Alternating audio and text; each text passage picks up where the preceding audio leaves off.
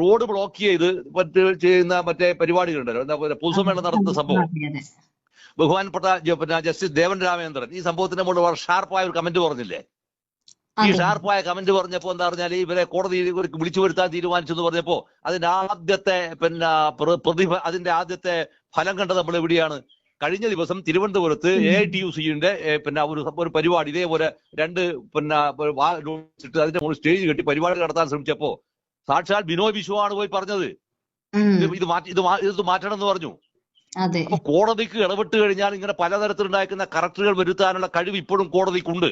പക്ഷേ ഈ ഇത്തരം ഒരു സംഭവം നമ്മുടെ മുമ്പിൽ പച്ചയായി നിലനിൽക്കവേ തന്നെയാണ് ഇത്തരത്തിലുള്ള അസംബന്ധങ്ങൾ മറുഭാഗത്ത് നടക്കുന്നു. ഇനി ഈ ചെയ്തു വന്നിരിക്കുന്നതിനകത്ത് ഇവർക്ക് എന്താ ഈ കൂത്താട്ടുകുളം എന്ന സംഭവം കമ്മ്യൂണിസ്റ്റ് പാർട്ടി ഹിസ്റ്ററിയിൽ വരുന്നത് എങ്ങനെയാണ് ശരിക്ക്? അത് കൂത്താട്ടുകുളം മേരി എന്ന് പറയുന്ന വളരെ വിഖ്യാതമായ ഒരു വലിയ സമരനായികയുടെ പേരിലും കൂടിയാണ് ഈ കൂത്താട്ടുകുളം അറിയപ്പെടുന്നത്. കൂത്താട്ടുകുളം മേരി. ഈ കൂത്താട്ടുകുളം മേരി എന്ന് പറഞ്ഞാൽ ഗൗരിയമ്മയെ പോലെ തന്നെ അതിഭീകരമായ മർദ്ദനമേറ്റിരിക്കുന്ന സ്ത്രീയും കൂടിയാണ് അവർ. കൂത്താട്ടുകുളം മേരി അത്ര ഉജ്ജ്വലയായ ഒരു സഖാവ്. ഈ സഖാവിന്റെ പേരിലും കൂടി അറിയപ്പെടുന്ന ഒരു സ്ഥലത്താണ് ഒരു 50-52 വയസ്സ് പ്രായമുള്ള ഒരു കൗൺസിലർ, പാർട്ടിയുടെ ഉത്തരവാദപ്പെട്ടിരിക്കുന്ന ഒരു കൗൺസിലറെ പാർട്ടിക്കാർ തന്നെ ഭേദം ചെയ്യുന്നു. ഈ ഭേദം ചെയ്ത ശേഷം ആളുണ്ടാക്കുന്ന ഒരു വഷളൻ പാർട്ടി സെക്രട്ടറി പറഞ്ഞിരിക്കുന്ന മറുപടി എന്താണ്? അയാൾ പത്രക്കാരോട് വിഷ്വൽ മീഡിയയിനകത്ത് കണ്ടാൽ അയാൾ പറഞ്ഞെന്താണെന്ന് പറഞ്ഞാല് നമ്മളവരെ ഒരു കാര്യം സംസാരിക്കേണ്ടിയിട്ട് ഇതിനകത്തേക്ക് വാഹനത്തിലേക്ക് കയറ്റുകയാണ് ചെയ്തിട്ടത്. ആളുകൾ മുഴുവൻ തന്നെ കാണുന്നില്ലേ ഇത്? അപ്പൊ ഇത് കാണുന്നു എന്ന് പറഞ്ഞാൽ ഇതിനകത്ത് വരുന്ന അർത്ഥം എന്താണ്? ഇതിനും ഇയാളുടെ മുമ്പിൽ ഒരു ഫോർറണ്ണർ ഉണ്ട്. ആ ഫോർറണ്ണർ ആരാണ്? ഈ കേരളം കണ്ടിരിക്കുന്ന ഏറ്റവും വൃത്തികെട്ടിരിക്കുന്ന മുഖ്യമന്ത്രി.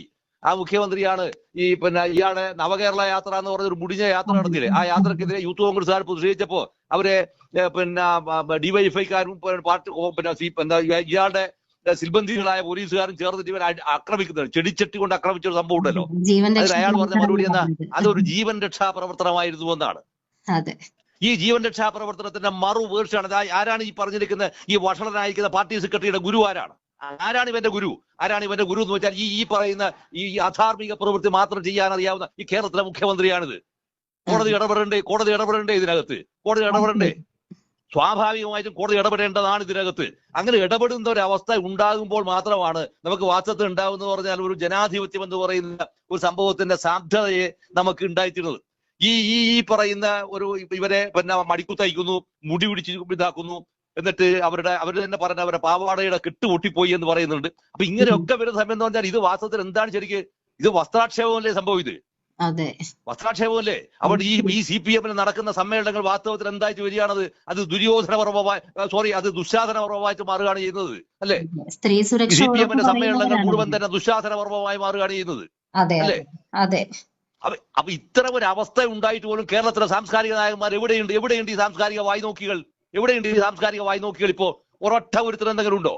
ഒരാൾക്കൊരു അക്ഷരം വാസ്തവത്തിൽ എന്താ പറയുക? ഈ കേരളം എത്രമാത്രം മൃതമായി തീർന്നിരിക്കുന്നു എന്നുള്ളതാണ്.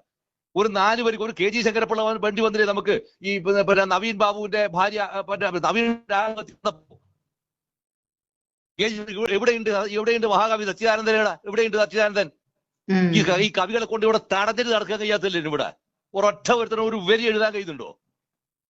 ഒന്നുമില്ല. അതാണ് ഞാൻ പറഞ്ഞത്. ബുദ്ധിപരമായി, സാംസ്കാരികമായി, രാഷ്ട്രീയമായി, സർഗാത്മകമായി മുഴുവൻ വന്ധീകരിച്ച് കളഞ്ഞിരിക്കുന്ന ഒരു എന്താ പറയാ അങ്ങനെയുള്ള സംവിധാനം കേരളത്തെ മാറ്റി എന്നുള്ളതാണ് ഇയാൾക്കെതിരെ വരുന്ന ഏറ്റവും ഗുരുതരമായിരിക്കുന്ന കുറ്റാരോപണം. ശരിക്കും ഒരു സംഭവം എന്താന്ന് പറഞ്ഞാൽ ഇത് ഇങ്ങനെ ഒരു രീതി ഉണ്ടായിത്തീരുക എന്ന് പറഞ്ഞാൽ വാസ്തവത്തിൽ മനുഷ്യൻ ഇവിടെ ജീവിക്കുന്നതിന് എന്താ അർത്ഥം ഉണ്ടാകുക? പിന്നെ എന്താർത്ഥം ഉണ്ടാവുക?